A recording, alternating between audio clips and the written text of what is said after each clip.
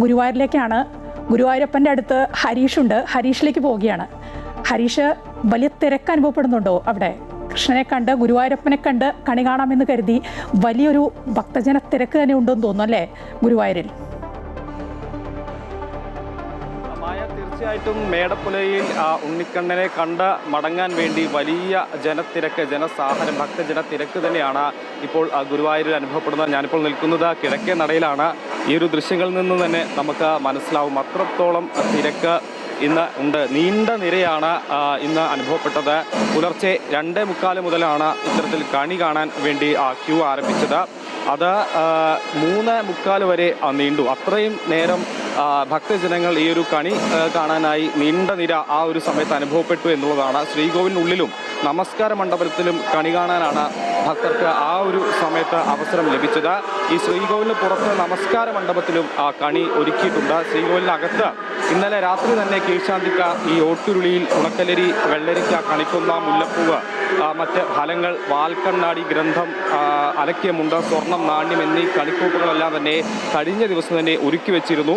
ശ്രീരകത്ത് ഗുരുവായൂരപ്പൻ്റെ വലതുഭാഗത്ത് ആലവട്ടം, വെഞ്ചാമരം, നെറ്റിപ്പട്ടം എന്നിവ കൊണ്ട് അലങ്കരിച്ച സ്വർണ്ണ സിംഹാസനത്തിൽ കണ്ണൻ്റെ തങ്കത്തിടപ്പും കണിക്കോപ്പുകളും ഭക്തർക്ക് കണി കാണാനായിട്ടുണ്ട്. ശ്രീകോവിലിന് പുറത്ത് നമസ്കാര മണ്ഡപത്തിലും ഈ കണി ഒരുക്കിയിട്ടുണ്ട്. നമുക്ക് ആ ദൃശ്യങ്ങളിൽ കാണാം. വിവിധ ഫലങ്ങൾ, അതുപോലെ തന്നെ പൂക്കളും ഒക്കെ വെച്ച് വലിയ രീതിയിൽ ഈ വിഗ്രഹത്തിൽ മാലയും ചാർത്തി വളരെ വർണ്ണാഭമായ രീതിയിൽ, ഭക്തിസാന്ദ്രമായ രീതിയിൽ തന്നെ കണി ഒരുക്കിയിരിക്കുന്നു. ഭക്തജനങ്ങൾ വന്ന് കണി കണ്ട് സംതൃപ്തിയോടുകൂടി മടങ്ങുന്ന ഒരു കാഴ്ച, വളരെ ഈ നാമജപ മുഖരിതമായ അന്തരീക്ഷത്തിൽ വന്ന് വളരെ ഭക്തിയോടുകൂടി തന്നെ കണ്ണനെ കണ്ട് മടങ്ങുന്ന ഒരു കാഴ്ചയാണ് ഗുരുവായൂരിൽ നമുക്ക് കാണാൻ സാധിക്കുന്നത്. എല്ലാ നടയിലും വലിയ ജനത്തിരക്ക് നമുക്ക് കാണാൻ സാധിക്കുന്നു. നീണ്ട നിര കാണാൻ സാധിക്കുന്നു. രാവിലെ 6 മുതൽ ഉച്ചയ്ക്ക് 2 വരെ VIP ദർശനം, സ്പെഷ്യൽ ദർശനം എന്നിവ അനുവദിച്ചിട്ടില്ല.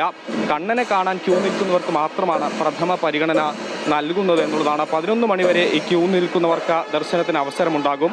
പുലർച്ചെ 3-ന് നിർമ്മാല്യത്തോടെ തുറക്കുന്ന നട ഉച്ചയ്ക്ക് 2 മണിക്കാണ് അടയ്ക്കുക.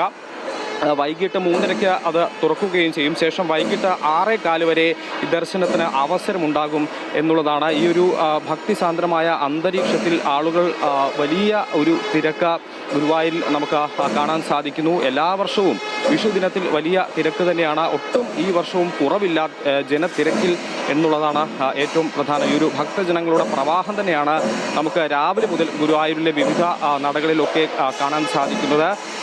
വഴിപാടുകൾ അടക്കമുണ്ട്. മാത്രമല്ല കല്യാണവും, വിവിധ കല്യാണങ്ങളടക്കം ഇന്ന് ഗുരുവായൂരിൽ നടക്കുന്നുണ്ട് എന്നുള്ളതാണ്. ഇതെല്ലാം സംബന്ധിച്ച വലിയ തിരക്ക് രാവിലെ മുതൽ തന്നെ നമുക്ക് ഗുരുവായൂരിൽ വിവിധ സ്ഥലങ്ങളിലൊക്കെ അനുഭവപ്പെടുന്നുണ്ട്.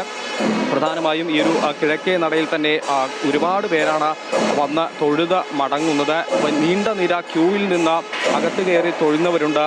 അതല്ലാതെ ഈ കിഴക്കേ നടയിൽ വന്ന് കണ്ണനെ ഒരു നോക്ക് കണ്ട് പ്രാർത്ഥിച്ച് മടങ്ങുന്ന ആളുകൾ, കാണിക്ക വെച്ച് മടങ്ങുന്ന ആളുകൾ, അങ്ങനെ നിരവധി ഭക്തജനങ്ങളെ നമുക്ക് ഇന്ന് ഗുരുവായൂരിൽ കാണാൻ സാധിക്കുമെന്നുള്ളതാണ്. രാവിലെ മുതൽ തന്നെ ആ ഒരു ഭക്തിസാന്ദ്രമായ അന്തരീക്ഷം നമുക്ക് ഇവിടെ കാണാൻ സാധിക്കുന്നു.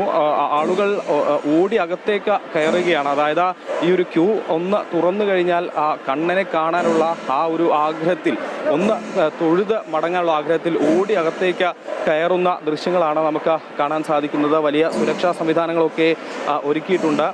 കൃത്യമായ ഇടവേളകളിലാണ് ഓരോ ഭക്തജനങ്ങളെയും അകത്തേക്ക് കയറ്റിവിടുന്നത്. അത്തരത്തിലുള്ള സജ്ജീകരണങ്ങളെല്ലാം തന്നെ സുരക്ഷാ ഉദ്യോഗസ്ഥരും സെക്യൂരിറ്റി ജീവനക്കാരൊക്കെ ഒരുക്കിയിട്ടുണ്ട്. വലിയ ആ ഒരു ആഹ്ലാദത്തോടുകൂടി ഓരോ തവണയും ഈ ക്യൂ തുറക്കുമ്പോൾ വലിയ സന്തോഷത്തോടുകൂടി, ഭക്തിയോടുകൂടി ഓരോ ജനങ്ങളും ഗുരുവായൂരപ്പനെ കാണാനായി അമ്പലത്തിനകത്തേക്ക് കയറുന്ന ആ ഒരു ദൃശ്യങ്ങളാണ് നമുക്ക് കാണാൻ സാധിക്കുന്നത്. എല്ലാവരും വളരെ ആ ഒരു ഭക്തിയോടുകൂടി തന്നെ രാവിലെ എത്തി, കുളിച്ചൊരുങ്ങി എത്തി കണ്ണനെ കണി കണ്ട് മടങ്ങാനുള്ള ആ ഒരു സാഹചര്യത്തിൽ, അല്ലെങ്കിൽ ആ ഒരു ലക്ഷ്യത്തിൽ തന്നെയാണ് ഇന്ന് ഗുരുവായൂരിലേക്ക് എത്തിക്കൊണ്ടിരിക്കുന്നത് എന്നുള്ളതാണ്. ചെറിയ കുട്ടികളടക്കം പ്രായഭേദമന്യേ ഇന്ന് എല്ലാവരും ഗുരുവായൂരപ്പനെ ഒന്ന് കാണാൻ വേണ്ടി ഇങ്ങോട്ടേക്ക് എത്തുന്ന ഒരു വിശിഷ്ട ദിവസം കൂടിയാണ്.